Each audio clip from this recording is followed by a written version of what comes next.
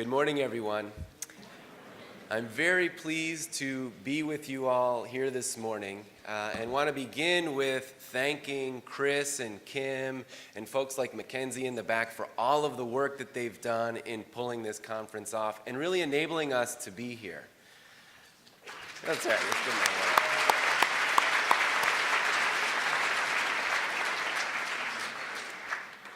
My name is Kevin, and I come to you from El Salvador, where I've been living and working with my wife, Trena, for the last 18 years.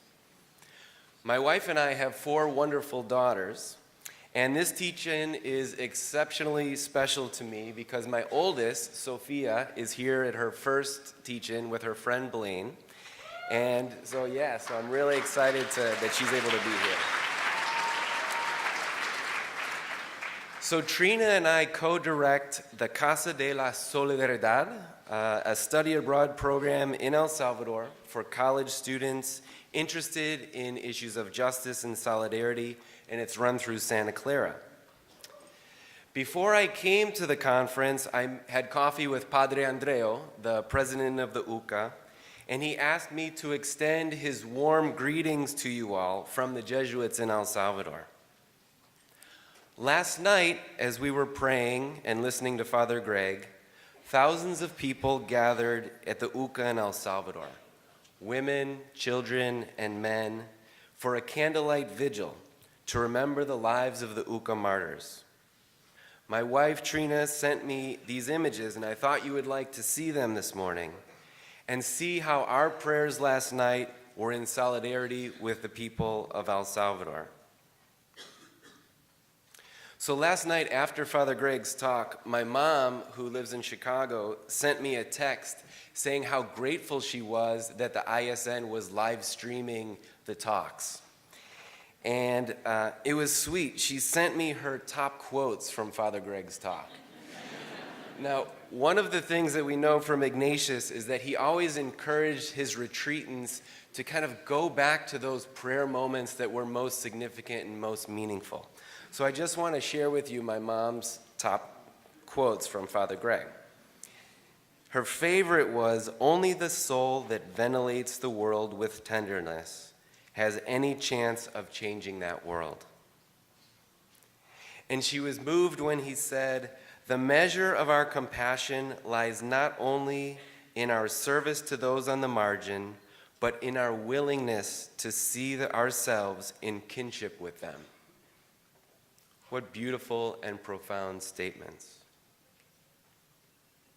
I want to briefly remember a person this morning who saw himself in kinship with the people of El Salvador. His name was Dean Brackley, and he was a good friend of mine, and unfortunately, sadly, passed away 5 years ago due to cancer. He was a Jesuit who was teaching at Fordham in 1989 when the Jesuits were killed at the UCA. After the killings, Dean knew that the Jesuits at the UCA would need help, and so he volunteered to go to El Salvador, in spite of it being in a civil war, to continue the work of the martyred Jesuits. Now, Trena and I met Dean in 1999 when we went to El Salvador to see about starting Casa. I had heard of him based on his work as a theologian. I knew he had attended the University of Chicago and had written many articles and books, and that he was a really smart guy. But what I remember most about Dean wasn't what he wrote. I'll never forget going with him to the community of Las Palmas, a poor community very close to the UCA.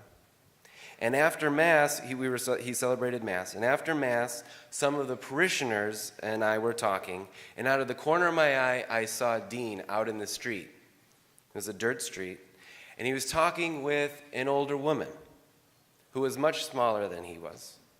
And Dean literally was down on his knee, as if genuflecting, talking with this woman. Later on, I saw him joking around with the youth in the community, playing football, soccer with them. And what I came to see was not only that here was someone who was a fantastic theologian and writer, but someone who understood and lived that kinship that Father Greg was referring to last night. Now, Dean lived in El Salvador from 1990 until when he passed away 5 years ago. And his memory continues to live on in the people of El Salvador.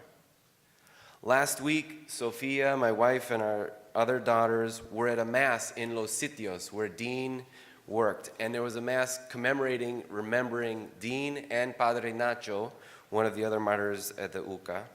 And hundreds gathered to tell stories and to remember. And so it's clear to me that here is a great man whose spirit of solidarity continues to live on. And he would absolutely love to be here and to see this teach-in. For those of you who are interested in Ignatian discernment, I highly recommend Dean's book, The Call to Discernment in Troubled Times. And I think now more than ever, it's a good resource for us all. If anyone would like to learn more about Dean, learn more about the current situation in El Salvador, or the program that we run there, I'm hosting a networking lunch this afternoon and would be happy to talk with you. Many of my former students, former Casa alums, will also be present, as well as the UCA students who Chris introduced yesterday, Ramiro and Danielle. Thank you and enjoy the rest of your conference.